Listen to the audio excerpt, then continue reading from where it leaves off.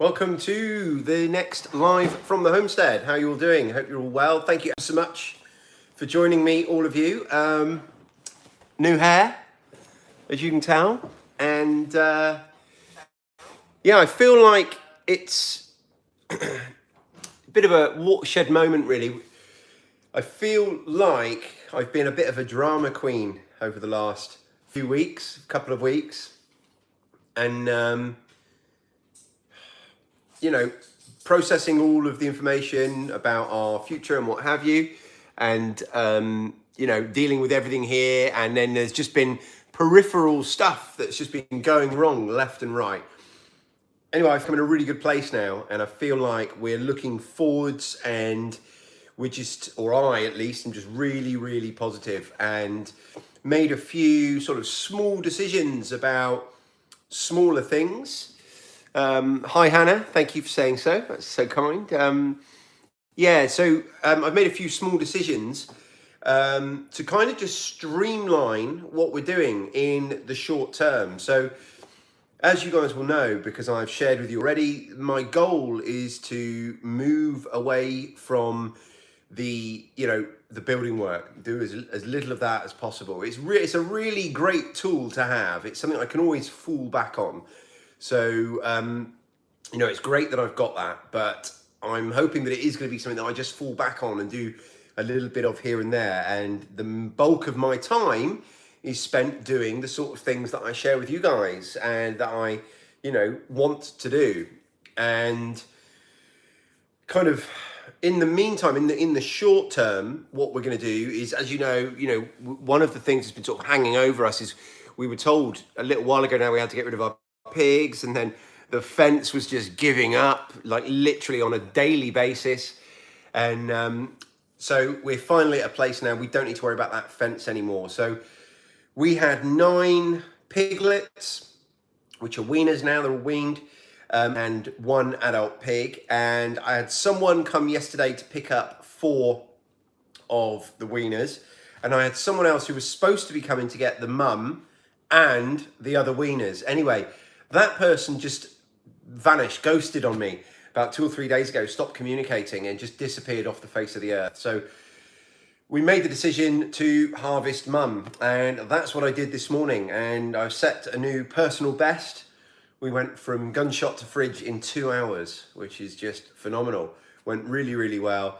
So, that's now done, and we've separated the last 5 little pigs, 5, into a smaller run, the small enclosure that did have our ducks in the wood, and we've moved our ducks. So we don't need to think about fencing anymore. That's it, we're done. The only fencing that we've kind of got that we're thinking about and relying on is the goat pens, and then the electric fencing around the chickens. So that's a huge weight off our mind, particularly Jackie's, huge weight off our mind. And so sort of going back a little bit, yesterday was a mad day. We got so much done. We just did a tremendous amount. I did bee inspections, did a bit of filming up there.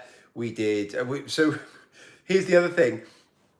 As you guys know, 1 pig will last us 6 months. So we already had a year's worth of pork in our freezers. So our freezers were rammed. So we had to find a new chest freezer, and they're so hard to get hold of. I was going to buy a brand new one yesterday. I looked on eBay, I looked everywhere I could think of, Gumtree, and I tried a few shops. Nowhere even had one in stock. They had like really tiny ones for ridiculous money, like nearly £200, and you can get a really big one for about £200 if you're happy to wait. Well, I wasn't happy to wait. I needed it like there and then. Anyway, my wife found one on Facebook Marketplace, not a chest freezer, a standard upright fridge freezer for £25. So we went and picked that up last night on the trailer, got it home about 8:30, 9 o'clock, something like that. Got it plugged in, so it was all ready to go this morning, and boom, there we go, we're done. So this morning I was out at 8 o'clock dealing with the pig, and my wife was emptying our chest freezer, some of the space in our chest freezer, into the drawers in this upright fridge freezer, so that when I came in, we had all the space I needed, and that's it. It worked like a dream. Everything just went really, really well. So hi Shannon, Thank you for joining us. Hi, Jeff and Deb. Hi, Jenny Nichols. Hi, Elliot Hughes. Thank you all for joining us. Yeah, it was a really good record that I set for myself this morning. It was just under 2 hours.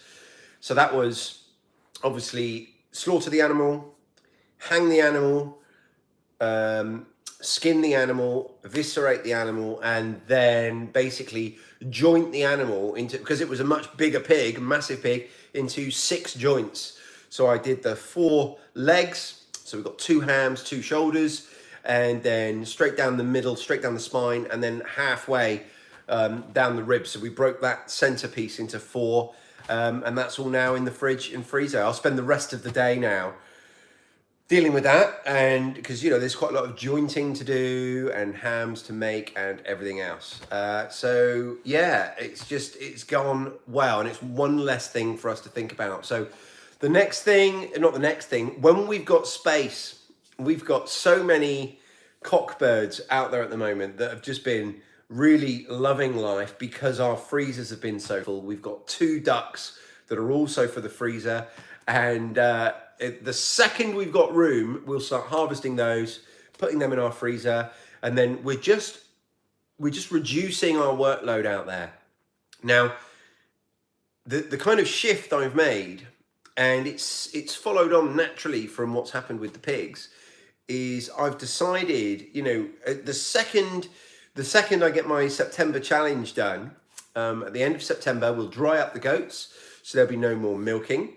And, we're just going to hang back on a few things. I might make a little bit less sourdough. I might not make sourdough every single weekend. What I'm basically getting at, what the point I'm trying to get across, is I'm just going to be far kinder on myself and not feel like I have to do everything while I've still got this full-time job working on a building site. I'm just going to be far kinder on myself, and there's absolutely nothing that we're kind of letting go or giving up forever, nothing at all. But, we can go without pigs for like 2 years now without noticing the difference in the house. And, we will start buying milk in the winter, and realistically, we don't know what our housing situation is going to look like next spring. So, there's every chance we won't milk goats next year, and that's okay too. It's striking a balance, but what it's going to do, and obviously, we're not introducing anything else onto this homestead. We're not bringing in any more livestock. We're not planting any more perennials. We're not doing anything like that. We're going to maintain the vegetable garden, obviously, but we're not going to expand it. We're going to ease off on, things like composting and some of the maintenance, with the best will in the world. There's a few things that we kind of maintain with a long-term view of achieving something. And, we might let a few areas go, and we're not going to, let the garden go, because we want to enjoy it still. And there's, we've got a moral responsibility to maintain a lot of it, but some of it we don't need to. So, I'm just going to ease up a little bit. And I took basically a week off the podcast. So I'm sorry for those of you who listen to it, but I just needed to do that for myself. And that will be back next week for sure. Whether or not it's back for tomorrow, because I've got so much to do today, I don't know. But definitely next week, the podcast will kick off again, and it'll be back to 3 episodes a week, and I'll get ahead and stay ahead, because there'll be other things that I'm not doing. Things like the crayfish as well. So I've been going to my crayfish traps every single day. We've now got probably, I don't know, well over 100 crayfish in the freezer. So I'm going to ease off that now as well, and I'll bring the traps home. I won't commit to doing that every day for a little while. I think because it's such a busy time of year anyway, with the garden, that I would, I think probably I haven't gone back to my videos from this time last year, but I suspect I was kind of struggling at this time last year as well to keep going. So I'm just going to be kind to myself and rein it in a little bit. But there's some other things that kind of kick up out of this, which are really, quite exciting as well. Jeff and Deb Shipton, sounds like an excellent plan. Tilt into things as and when required. You'll easily ramp things back up when it's appropriate, and you know where you'll be. That's kind of where we're at too. Yeah, I mean, it's easy to forget how lucky we are, you know, to have had this place. And I'm going to make a video, actually, a sort of a really positive, upbeat video, just going through all the things that I've learned in the last 3 years. Let me just think. So yeah, 3 years. So in 2018, we moved here. In the summer of 2018, just 3 years ago, I'd never kept pigs.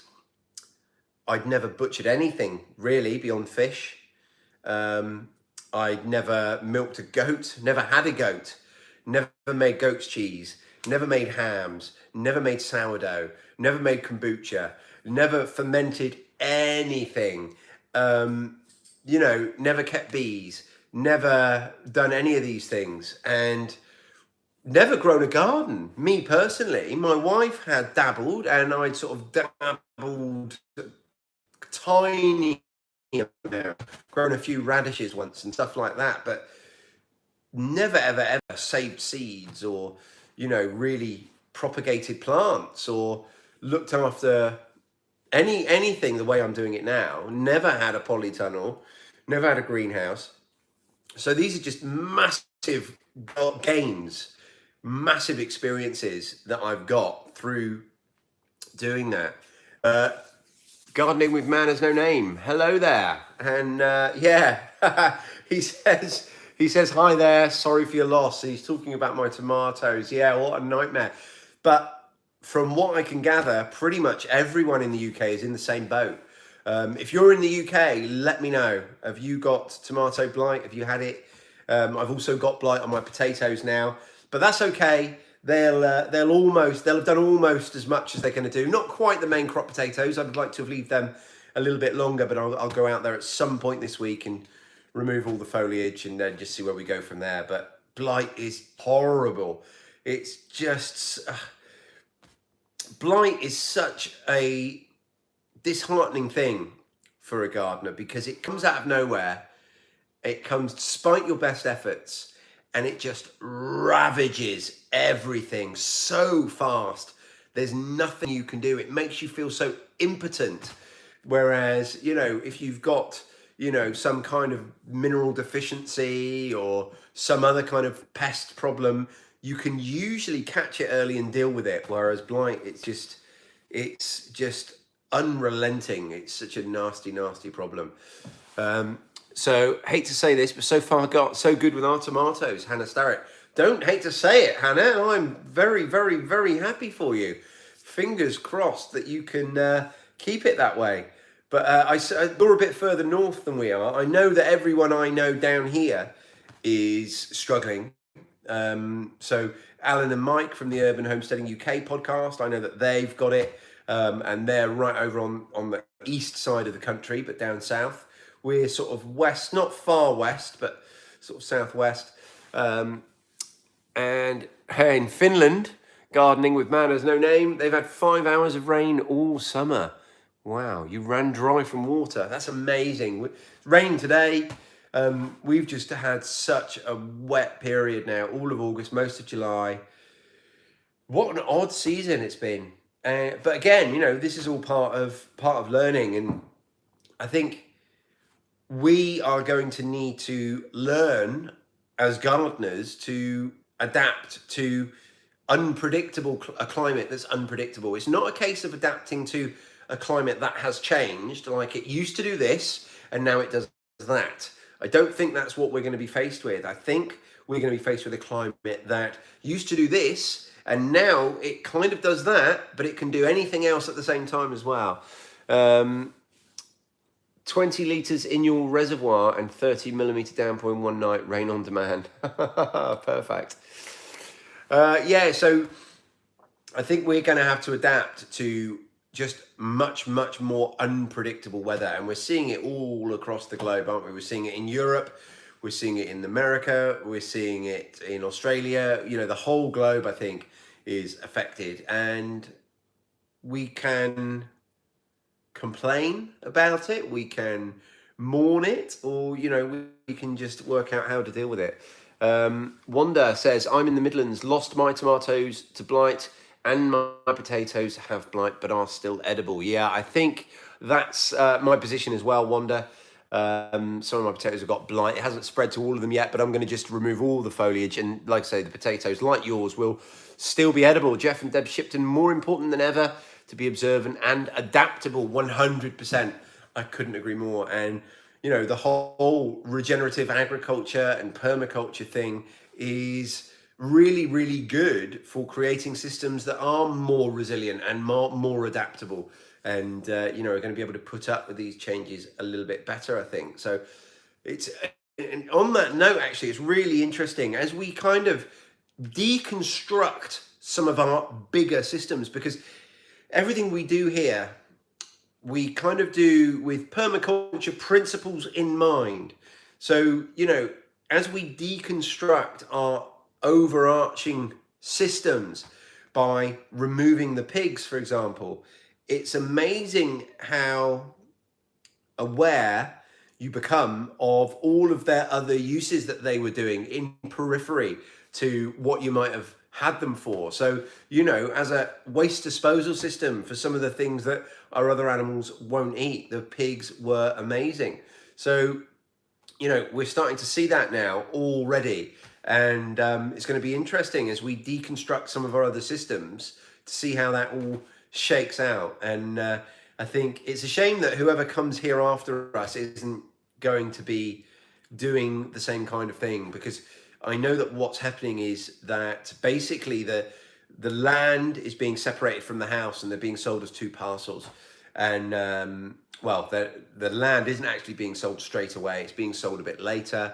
It's just the house and the gardens that are being sold. But the land will be sold at some point. But basically what I'm saying is the land's going to be left barren. It's going to be left fallow. And it's such a shame, because we're going to be leaving behind super soil on our vegetable beds, and where our polytunnels were, we're going to be leaving behind so much compost that's kind of in the process of breaking down. And so Gardening with Manners No Name says, why are you moving? Or no, why? When? When? We don't know. We don't know. So we got the news just 2 weeks ago that basically the lease was going to be cut short, and that next year, by the summer of next year, basically the lease was going to end. Now we can move out anytime we like before then. So it really depends on us and how long it takes us to get everything sorted out, the other side of it. Now we don't know where we're moving. We've been looking for land. There's such a paucity available at the moment, and the housing market generally is ridiculous. So nothing is staying on the market. Everything's being snapped up like that. Everybody wants land. Everybody wants a house with land.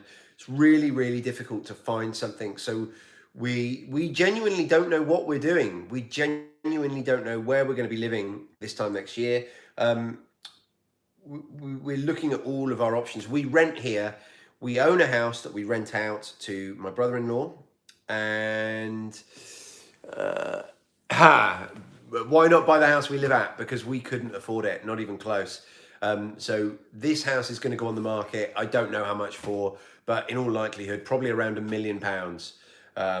And the market value of the house that we own is a quarter of that, probably. So there's no, I can't I can't square that circle. So and even if we bought the house, we wouldn't have the land anymore because they're being separated. I imagine it's probably getting on for £2 million for the entirety of the parcel here if they were sold together. It's house prices are just crazy at the moment. So it's not feasible. So that's where we are. But problems of being on an island, yeah, for sure. I mean, I think the UK is pretty well known as having really high house prices, and it is to do with density of population. I think other places in the world there are areas of undeveloped land whereas there aren't any here, and what areas of undeveloped land that there are here in the UK are fiercely protected. So, you know, there is a housing problem, and the housing market is just not sustainable insofar as meeting demand. And house prices are just, over the last 12 months, they've just been going up and up and up. But I don't know, you know, it's one of those. It's not something that worries me. It doesn't concern me. It's just something, you know, that's the position we're in, and that's what we're dealing with. So over the next few months, we're looking at our options, and it would be nice to get that tied up sooner rather than later, but there's lots of other things that are going on behind the scenes that I can't really discuss in public at the moment. And, you know, there's lots of loose ends that we need to get tied up. And once they're tied up, then we can really start looking in earnest, because even if the perfect piece of land came available tomorrow, we're not in a position to move on it just yet. So, yeah, you know, that's where we are. You know, another option is we might end up just moving somewhere else and renting temporarily. But, you know, we just don't know. We just don't know. So we'll have to wait and see. So, yeah, but to cycle back to what I was saying 10 minutes ago, anyway, with this idea of kind of slimming down, streamlining a lot of the things that I'm doing, it opens up some opportunities for me to do some really, really fun stuff with you guys. Like, it would be great to go out and do 2 or 3 more fishing trips. To, you know, I'd love to go out and hire a boat or pay for a space on a boat to take you guys with me, go out boat fishing, to fill up our freezers when we've got space, to do some more mackerel fishing at the beach, and to go through the process of, you know, processing those mackerel and all the different ways you can preserve them. I love, you know, sushi and salt curing and all the different ways that you can process the mackerel, sharing that with you guys. And then some river fishing for trout. It would be nice to do some other bushcrafty stuff, you know, to go and catch some pheasant together and some rabbits maybe. But then also to spend some time building some stuff from timber, maybe fell a tree and go through the process of taking that tree to an item of furniture or something. I don't know. There's loads of little projects that I'd love to have a go at. Making a solar dehydrator, making things that we can take with us. And these are all discrete projects that don't have to have a big long build up and a big long tail. They can, you know, like milking the goats. If I want to milk goats with you guys, well, we need to own goats, we need to breed goats, we need to, you know, have all these kind of things that go on and on and on and are never ending. Those are the things that we're going to rein back. And we can, but what I'm trying to say is, it's not like there's not a million and one other things that I can fill my time with that are really productive, really proactive, and also, you know, good content for you guys. Shannon Ward, you seem more together. More together today, mate. Even the hair is less crazy. Yeah, I had a haircut yesterday.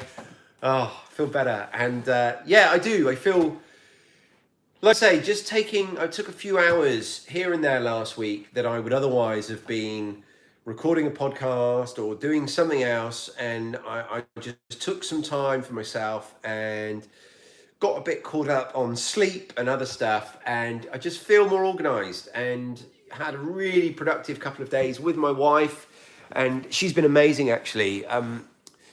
So I think that she kind of became aware that I was struggling a little bit, and so on Friday when I got home from work, she was very much like, okay, Carl, so, you know, what 4 things are you going to get done today that, you know, you're going to wake up tomorrow glad that you've done them?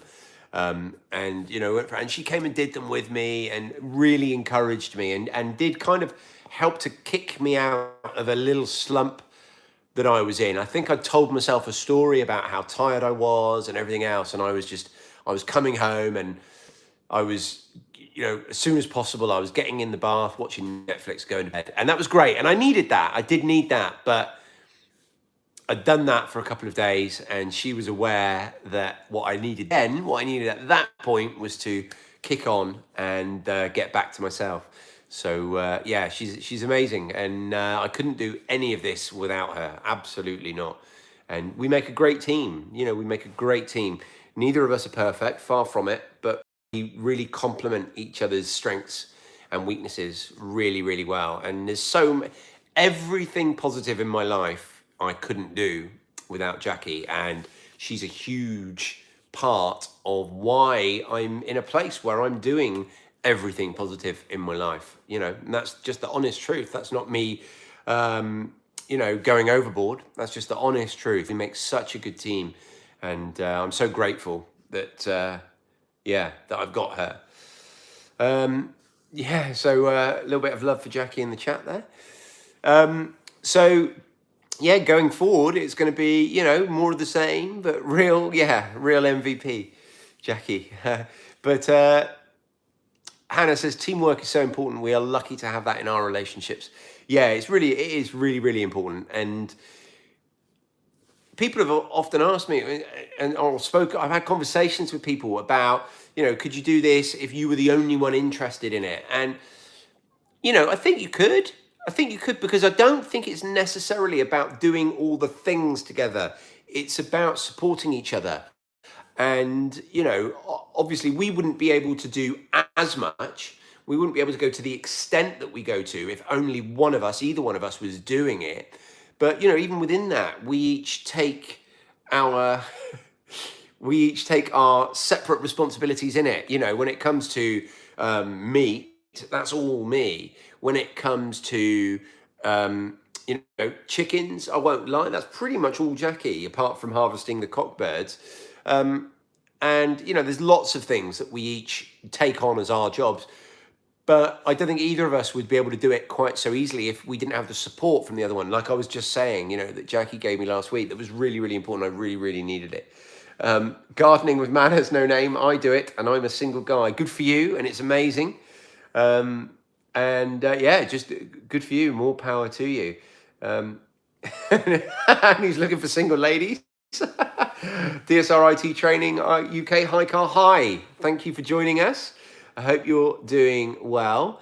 And Jeff and Deb Shipton, so much harder if you're not on the same page, even if you contribute different things to the end goal. Yeah, I couldn't agree more. And the beauty of this as kind of a hobby, as your thing, is that there are real benefits for the family. Like, without you having to be the one doing them, there's real benefits in the kitchen, in the fridge, in the food. So it's, easier for everyone to kind of get behind it. And, the kids are great doing washing up and things like that. And, it sounds like you're trying to make up for something with all these compliments. Perhaps the argument about the post rammer. That's Shannon Ward. Not at all.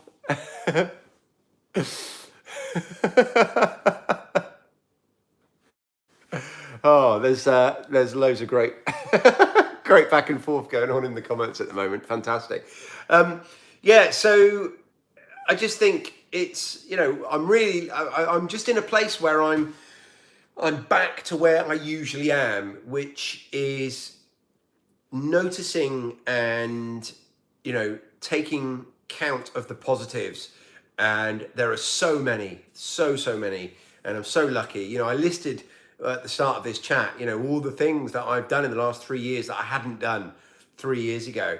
And they've just put me in this amazing position. And to be able to buy a piece of land, which is what we hope, it might not happen, but our plan is we're going to buy a piece of land and we're going to set it up with the knowledge that we've got now versus doing it off the bat, is just so exciting.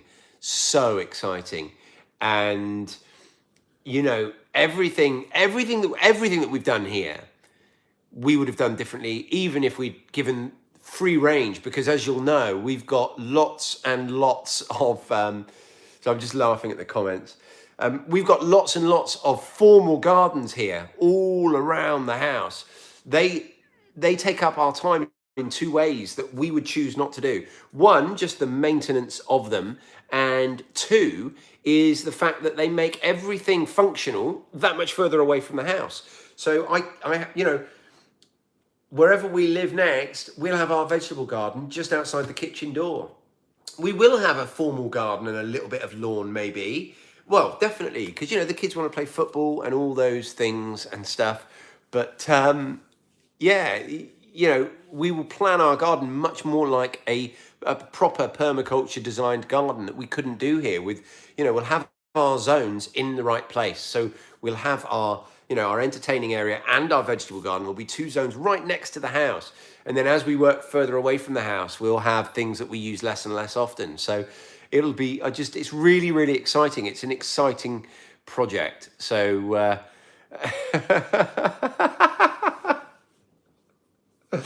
oh, you guys are idiots. And I love you.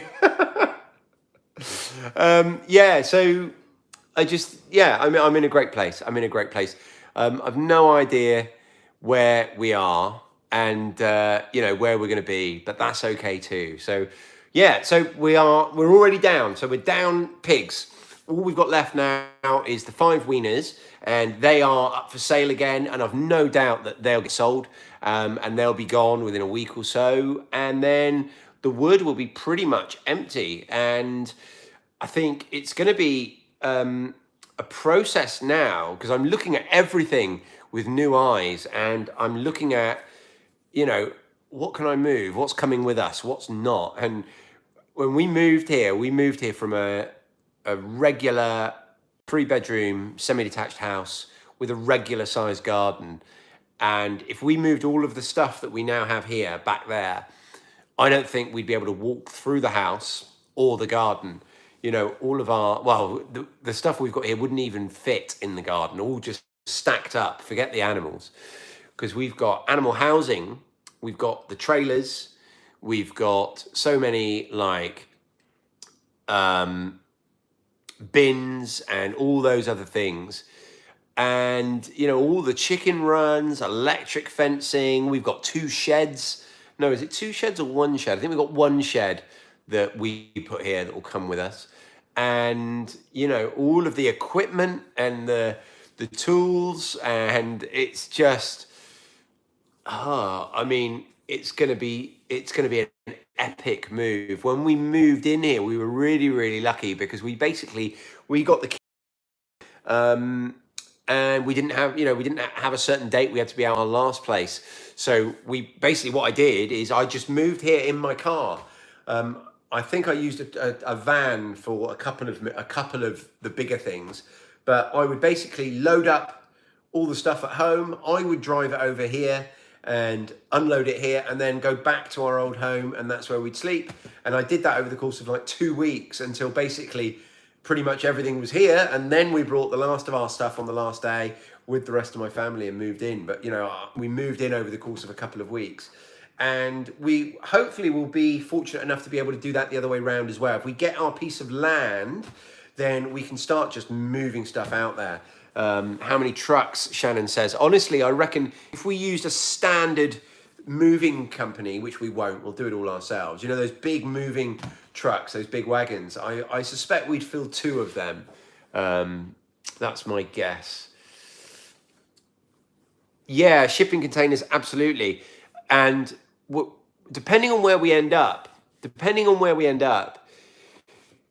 I rent a shipping container now, just as a storage unit, and depending on where we end up, we might end up buying somewhere that doesn't even have a house on it, and hopefully it'll have some outbuildings, but in all likelihood we'll want to put a shipping container or 2 there anyway, either temporary or long term. So we would probably, I don't know how it would work with shipping, so we could either get them straight out there and start filling them, or get them here, fill them, and then move them full. I don't know.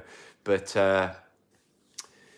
yeah, so Shannon Ward says, I think you could make a house out of a shipping container. Now, there are people who have done that, but it's not really practical, and it's not really not as simple as it sounds. And there are lots and lots of problems with it. DSRIT training, I hope you can find somewhere suitable, Carl. Thank you. Yeah, like I said, I'm not stressed about it. I'm not stressed. We will be fine. We will be fine. We'll be absolutely fine. We might not get somewhere perfect, but we'll be absolutely fine. So I don't really think that there's anything in our future that's horrible. It's just a case of lining everything up, and I suppose that's the frustration at the moment, is that we can't do that. And it will come. Time will tell, and it will all come together, I'm sure. And I can't wait to start bringing you guys with us on that process. I think it'll be really, really exciting. Yeah, so that is an option. We looked at actually DSR IT training. She says maybe buy a house with some land next to it you could rent. Yeah, we're looking at that. We're looking at every option. We're looking at, so in an ideal world, being a builder, we could buy a wreck, or even, like I say, from my point of view, the perfect scenario would be just a field with some outbuildings on it, some farm buildings that I could convert and, buy 2 or 3 caravans and park them under a barn so they're in the dry, and then that's our temporary housing. And, that'd work for me. But there's a few considerations that come with that, because we've got teenage children.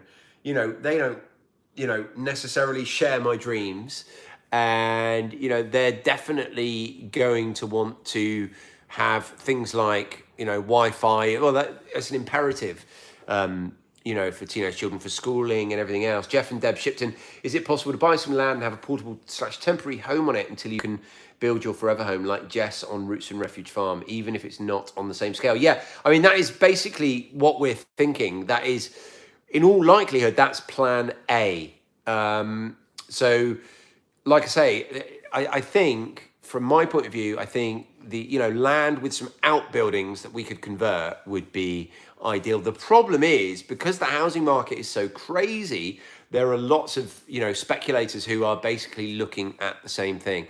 Have you looked into earthships houses? Not for a long time. I am aware of them. They are, I think, in terms of budget and practicality for a family, I'm not sure that they're something that is going to work for us. But I think, particularly given my skills, I think a traditional, build is something I can do for basically almost zero cost. Yeah, or maybe I'll look into them again then. Apparently they're cheap, but the manual labor is high. Well, I don't mind the labor. But yeah, so I don't know. Again, these are all, there's nothing that's off the table. Nothing at all is off the table. And yeah, it's just a case of waiting to see what happens, really. But I think that's pretty much everything for me to get you guys caught up this week. So you'd love a cob house. Yeah, see, the thing is with cob house is they do just take so long to build. That's interesting. There's lots of comments in the chat now about earthships and stuff. And I think, like I say, with my skill set being a builder, and I've kind of got access to standard traditional building materials a little bit cheaper than most, I think that's probably the way we'll go. But like I say, nothing's off the table. But yeah, I think that's going to wrap me up for today. There's not a lot else I wanted to show you. My wife's just come in.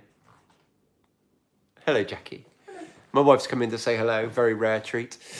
Yeah, good night, guys, out in Australia. And yeah, I will wrap this one up. And thank you all so much for joining us. And we'll speak to you really, really soon. Thanks again, guys, for all your support always. And